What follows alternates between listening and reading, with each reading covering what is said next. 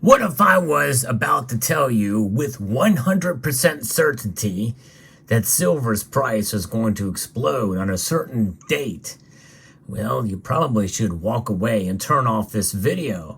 However, I am able to make you a promise that I do have proof that silver will indeed rise again soon. I'll explain the difference between those two as we explore.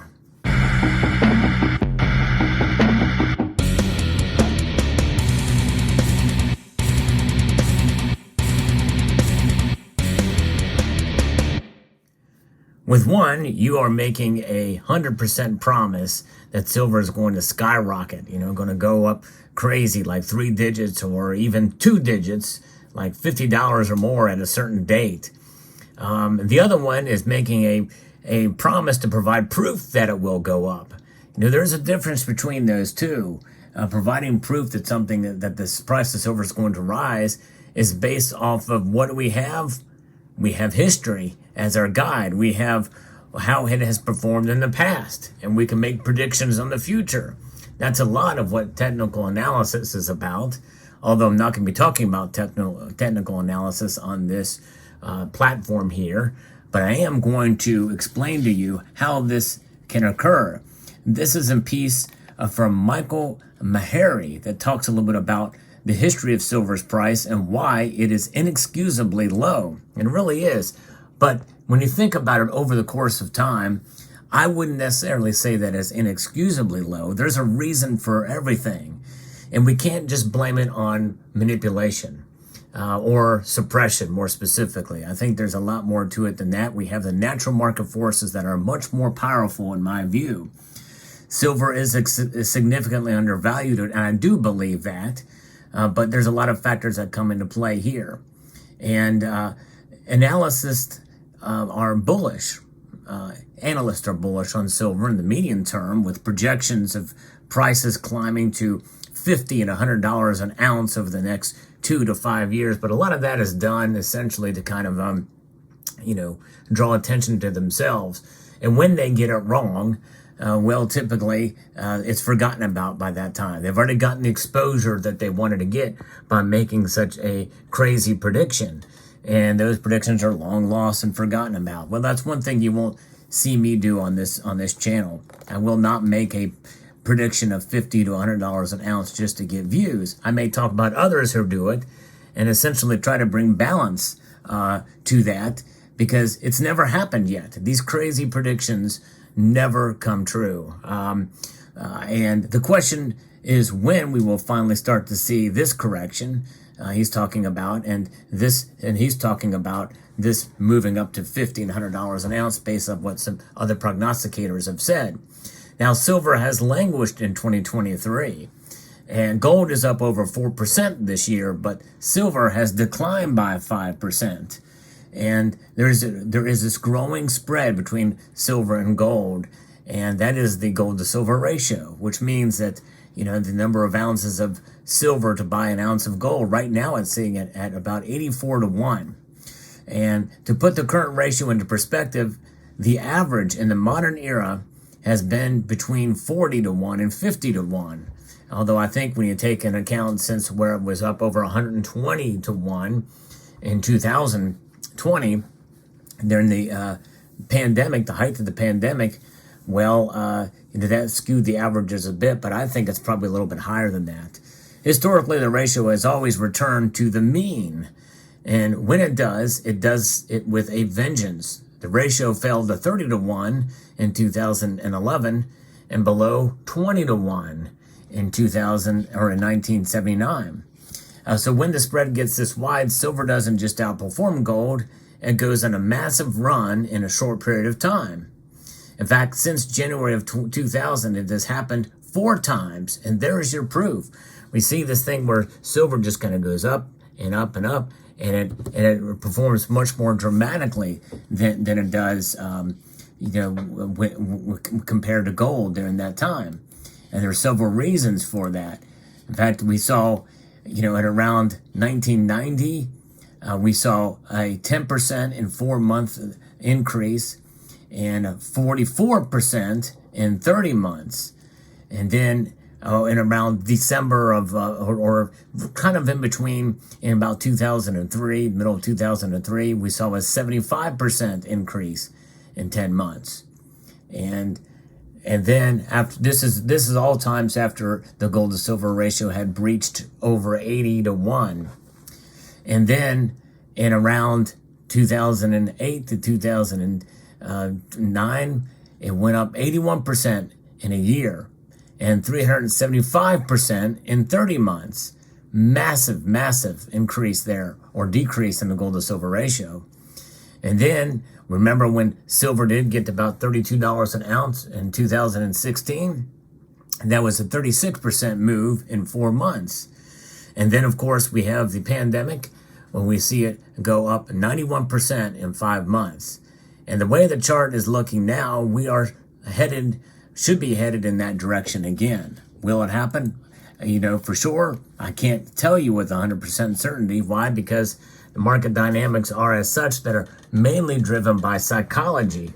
Psychology drives a lot of silver's price, and especially considering the market dynamics and how industrial the metal is, industrial uses for the metal. We're going to talk about that here in a moment. So silver has faced some headwinds as gold, with the Federal Reserve pushing interest rates higher to battle price inflation. Fed monetary policy has strengthened the dollar, and sticky price inflation has kept investors on edge with expectations of more rate hikes. This has pressured the price of both gold and silver lower. Silver, though, has faced additional bearish sentiment due to a slowing economy. Sagging demand for consumer electronics has impacted industrial demand for both silver and gold.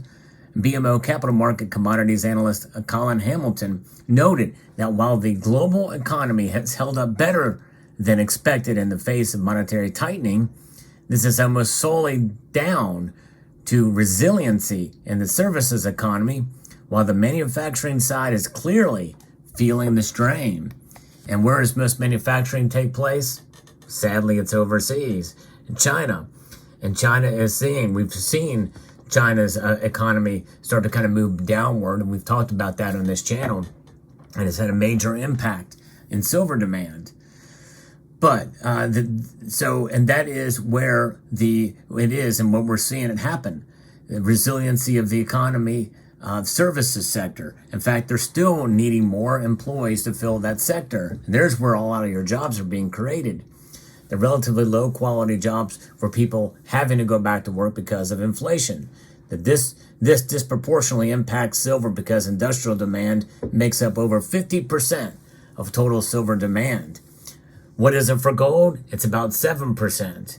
Keep in mind, gold is treasured and silver is consumed in industrial demand. And people make that argument to say that silver is indeed much more rare than people say, but in reality, that's not the case. Silver is much more plentiful than gold. Gold is treasured and stored up. In fact, a lot of it is not really a part of the free market. About 23 to 25% of it is held in central banks, leaving it for the most part outside of the market. But nonetheless, as it's being stored there, because gold is treasured, because it is much more rare than silver, I believe in having a position in gold. And most of you understand that I have held that position much more strongly since about 2017. If you look at the longer term, the supply and demand dynamics are bullish for silver. We know that there's a looming supply shortage. Analysts believe that the growing demand for silver in the solar power industry will likely put a significant squeeze on supply in the coming years. But how long will that take? We really don't know. But nonetheless, it's probably going to increase. If anything, even if the economy starts to take a further downturn. Many people believe that we are in the midst of some kind of recession right now for certain aspects of the economy. But with government demands for green energy processes and initiatives, likely silver's demand is going to maintain or maybe even increase. We're already seeing a tightening silver supply. While silver demand set records in every category in 2022, supply was flat, with mine output falling by 0.6%. This resulted in 237.7 million ounce market deficit last year in 2022. It was the second consecutive annual deficit in a row. The Silver Institute called it a possibly the most significant deficit on record and noted that the combined shortfalls of the previous 2 years comfortably offset the cumulative surpluses that we've seen the last 11 years. But the thing is here's the thing that has me kind of perplexed, because this talk of the silver deficit has been going around for quite a while, even before the pandemic hit. The trend is expected to reverse. Silver Bullion Unlimited CEO Gregor Gregerson noted that silver mine production has fallen due to a lack of investment. Production cannot be materially increased over the short term as it can take over 10 years to commence new mining operations. Therefore, increased silver prices will not lead to increased mine production for a long time. But here's the caveat to that they're not talking about here. Silver is mainly mined as a byproduct of other metals, zinc, lead, and copper, and others. And so what's going to happen is as demand for those materials increase, well, naturally you're going to get more silver out of those mines, which means that you're going to be able to have more silver to meet demand. May not be quite enough to meet demand, but the deficit may not be as severe as some predict. And we're likely to see a huge increase in demand for silver thanks to a push for green energy. And this depends on how much that push is and if the economy can sustain it. Due to its outstanding electrical conductivity, silver is an important element in the production of solar panels. It is used to conduct electrical charges out of the solar cell into the system. Each panel only uses a small amount of silver, but with the demand for solar panels growing exponentially every year, those small amounts of silver add up. And we also talked about according to recent research, solar manufacturers will likely require over 20% of their annual current silver supply by 2027. And by 2050, solar panel production will use approximately 85 to 98% of current global silver reserves. We also have to keep in mind that new advances in technology for photovoltaics means that more silver will be needed per cell than before. Usually it's the other way around, but they're going to be able to do more with more. Usually they can do more with less, which means that's going to put a strain on silver demand as well. Recession worries would typically dampen industrial demand for silver, but the photovoltaic industry and the green energy sector more generally are essentially recession-proof. Well, I wouldn't go that far, as I've talked about just previously. Support from governments around the world. With battling climate change a priority, it's highly unlikely investment in solar power and other green energy technologies will fall, even in the midst of an economic downturn. I would say that is partially true, but not completely. It just depends on how it's pushed out, and never underestimate the power of governments to screw things up, even with their own initiatives. We've seen that time and time again. But nonetheless, it's important to keep in mind that while silver is an industrial metal, more fundamentally, it's money. In fact, I'll go on to further clarify that position. I look at it as dormant money or commodity money. It is not money that is used in transactions day by day. However, it could, and it has been. I've had several in this community mention to me how they have accepted silver and gold as payment for goods and services. And so despite being more volatile in the short term, silver trends to track with gold over time. And if you are inclined to think that the Federal Reserve will lose the inflation fight, you should be bullish on both gold and silver. And that is certainly true. I would agree with that completely. Investors will have to reckon with the shrinking supply of silver coupled with rising demand.